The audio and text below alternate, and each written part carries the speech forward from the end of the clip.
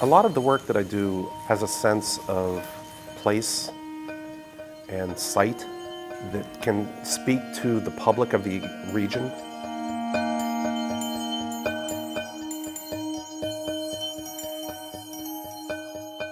For instance, with the salmon ladder piece, was sited at the location of the VZ Dam removal, and the actual salmon ladder really didn't work to the capacity that it was designed. It was a great idea, but it didn't quite move as many fish as the scientists would hope. So my piece really looked at kind of the cleansing through the burn of the event. The people of the region could read many things into the piece, and that's something that I also like about my work, that it doesn't have to be defined by one specific thing. Such as Northern Lights, people read into it immediately as an echocardiogram that a cardiologist would look at, or some people look at it as a river, and then some people look at it and immediately say, oh, that's an image of the coastline of Maine. There's multiple layers, multiple facets of how the work can read. Something that's very important about sculpture, painting, printmaking, art in general, is that it needs to be able to touch people on different levels and in different ways.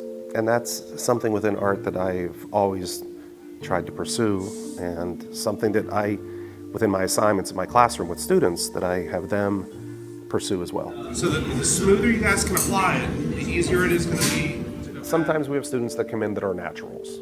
They're just natural. They can produce, and they're producing, and they're producing.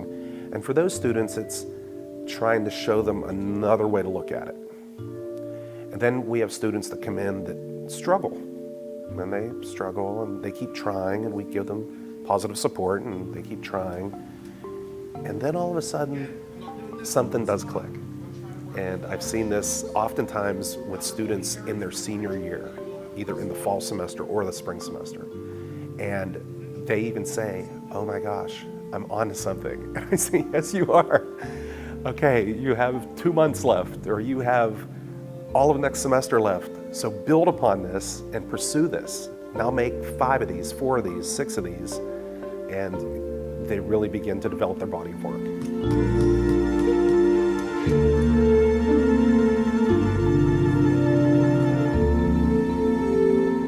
When I was in my late teens and early 20s, it was the physicality of it, and I really enjoyed the moving of big material and shaping it in such a manner that it was physical and almost felt like a workout.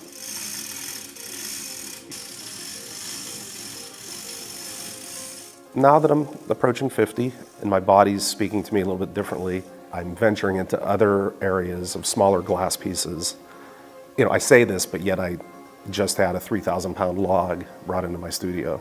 So the large pieces and the physical nature of them is what started me kind of driving force. As a sculptor, we really need to look at the world and materials as what material is suited for my idea. I also like to look at other options that can speak to people differently. For instance, granite speaks to somebody very differently than a shiny piece of glass.